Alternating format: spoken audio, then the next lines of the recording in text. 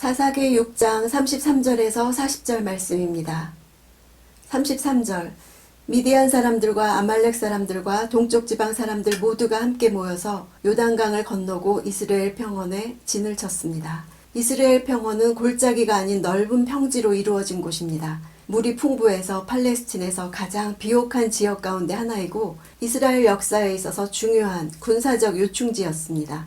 미디안과 아말렉과 동쪽 지방 연합군은 요단강을 건너와서 바로 전략적 요충지인 이곳에 전초기지를 마련했습니다. 대대적인 약탈을 위해서 전면적인 공격 준비를 갖추었던 것입니다.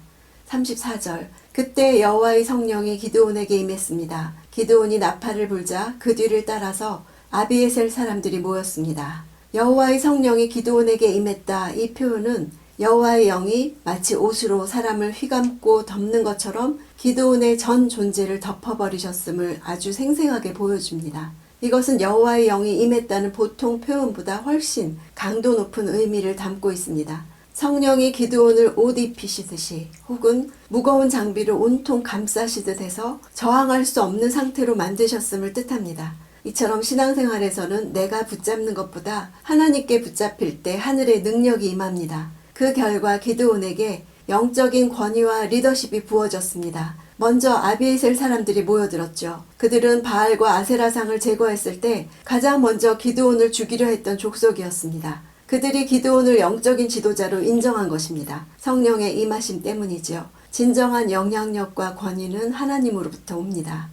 35절 그는 므낫세의 모든 사람들에게 사자들을 보냈습니다. 그러자 그들도 기드온을 따라 모였습니다. 그가 아셀과 스불론과 납달리의 사람들에게도 사자들을 보냈습니다. 그러자 그들도 올라와서 그들을 맞이했습니다. 하나님의 영이 임하고 기드온이 나팔을 불자 아비에셀 사람들이 몰려든 다음에 또 사자들을 2번씩이나 보낸 것은 성령의 인도함이 아닌 기드온의 개인적인 판단이었음을 의미합니다. 그 증거는 2번의 군대 모집을 해산시키기 위해서 나중에 하나님께서 2번에 걸쳐 군대 수를 줄이시는 것에서 나타납니다. 기드온이 2번 군대 수를 늘린 것이 나중에 하나님에 의해서 줄여졌죠. 기드온은 하나님께 의존하기보다 숫자에 의존했던 것입니다. 36절 기드온이 하나님께 말했습니다. 만약 주께서 말씀하신 대로 저를 통해 주께서 이스라엘을 구원하실 것이라면 이 문장의 동사를 보면 기드온은 이미 구원하시려는 하나님의 의지를 알고 있습니다. 그가 알고 싶어하는 것은 저를 통해입니다. 내 손으로 구원하시려는가 이것이었습니다.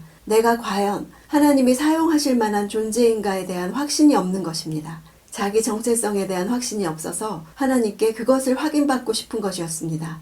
이것은 하나님에 대한 불신이라기보다는 자신의 연약성에서 비롯된 것이죠. 이 연약함으로 인해 성령이 임한 후에 곧장 진격했어야 하는데 실전이 있기까지 많은 계산과 망설임이 있었습니다. 이것은 기드온의 문제만이 아닙니다. 우리 또한 과연 하나님이 구원하실까? 확신이 없을 때가 많고 나를 사용하실까? 나의 소명에도 확신이 없을 때가 많습니다. 이미 하나님은 적들의 연합군이 모이자마자 하나님의 영을 입혀주심으로 전투 준비를 갖추게 하셨습니다. 하나님의 확실한 뜻을 확인하고서도 내가 확신이 들지 않는다고 여러 번 하나님을 시험하며 행동하지 못하는 일이 있습니까? 37절 보소서 제가 타작마당에 양털을 한 뭉치 놓아둘 것이니 만약 이슬이 양털 위에만 있고 땅바닥은 말라 있으면 주께서 말씀하신 대로 저를 통해 주께서 이스라엘을 구원하시는 줄로 제가 알겠습니다. 그는 자기가 승리할 수 있을지를 알고 싶어 했습니다. 자신감이 결여되어 있는 것이죠. 많은 사람이 영적 지도자로 인정했음에도 불구하고 성령의 능력을 받아도 여전히 우리 안에 치유되어야 할 부분이 있다는 것입니다. 양털 표적은 하나님의 인도를 구한 것이 아닙니다. 자기의 존재 가치를 인정받고 싶은 것이었습니다. 오늘날에도 많은 사람이 이런 기드온의 양털 표적을 구하고 있죠. 그러나 우리가 알아야 될 것은 이 요구는 하나님의 인도하심을 구한 것이 아니었습니다. 자기 내면에 있는 자존감의 문제였습니다. 자기 정체성에 관련된 문제였습니다. 나같이 가장 작은 자, 소심하고 의심 많은 자가 쓰임받을 수 있을까? 내 부르심은 확실한가? 이것의 해결책은 내가 생각하는 것이 내 정체성이 아니라 하나님이 말씀하시는 것이 내 정체성이라는 믿음을 가지는 것입니다. 하나님은 기드온을 부를 때 이미 그것을 해결해 주셨습니다. 큰 용사여 라고 부르신 것입니다. 하나님이 뭐라고 말씀하셨는가를 알 때 정체성이 세워집니다. 매일 말씀을 묵상해야 하는 이유죠. 39절. 그러자 기드온이 하나님께 말했습니다. 제게 화를 내지 마십시오. 제가 한 번 더 말하겠습니다. 부디 한 번만 더 양털로 시험하게 해주십시오.